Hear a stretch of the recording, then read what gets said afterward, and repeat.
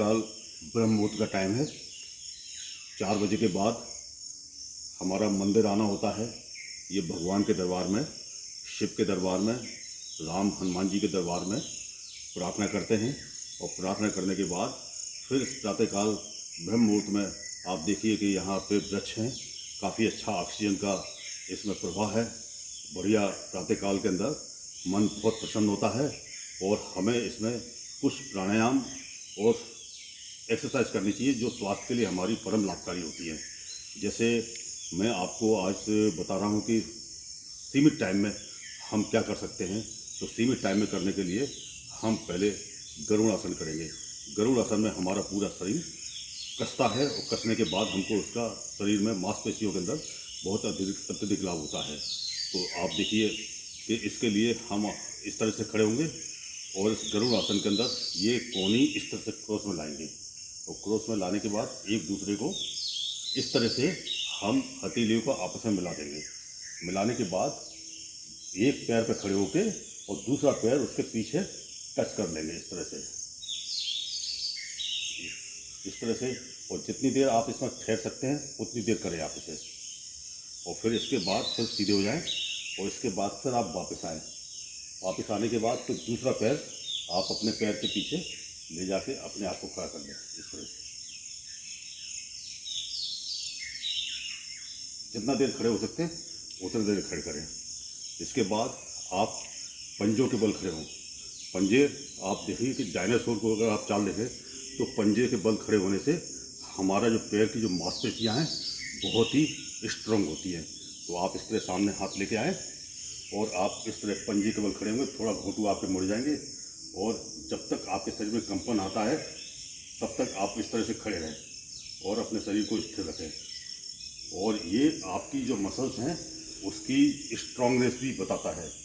जब आप इस तरह से खड़े होंगे, पैर आपके मुड़े होंगे और पंजे के बल आप खड़े होंगे इस तरह से।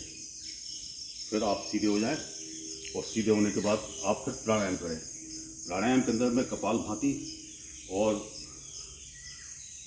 भस्त्रिका और मूलबंध आपको महाबंध के बारे में बताता हूँ। तो सीधे बैठ जाएं, रीढ़ की हड्डी आपकी सीधी रहेगी और इसके बाद आप कपालभाति में श्वास तेजी से अंदर जाती है और उसको बाहर करते हैं। लेकिन इसमें शरीर में जर्क नहीं लगना चाहिए क्योंकि जर्क लगने से आपकी रीढ़ की हड्डी के अंदर समस्या आ सकती है। तो इसके अंदर जर्क नहीं लगना है। आप धीरे धीरे इसको स्टार्ट करें। देखिए आप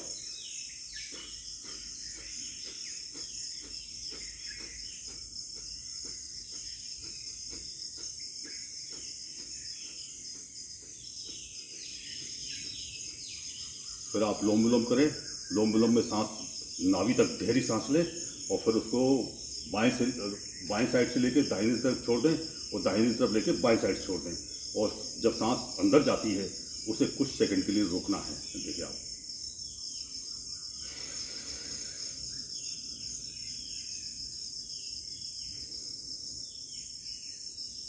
श्वास जितना गहरी होगी उतना ही अच्छा होता है।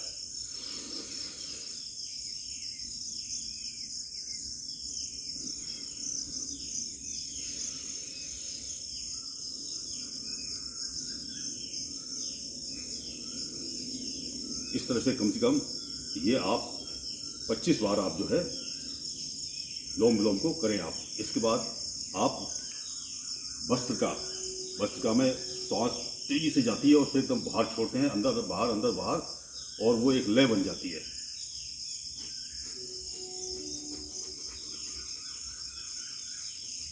इसमें आपके लंग्स बहुत स्ट्रांग होते हैं।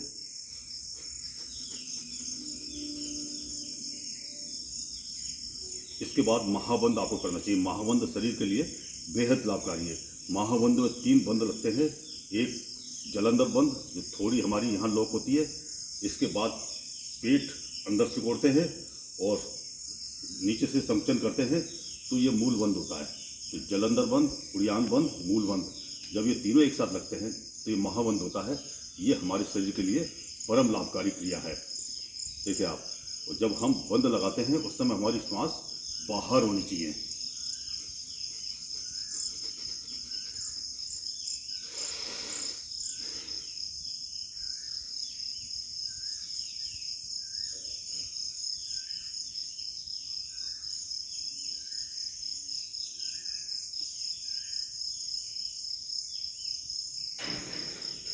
जितनी देर आपकी सामर्थ्य है उतनी देर करें और इससे आप अपना स्वास्थ्य लाभ लें, प्रसन्न रहें, स्वस्थ रहें।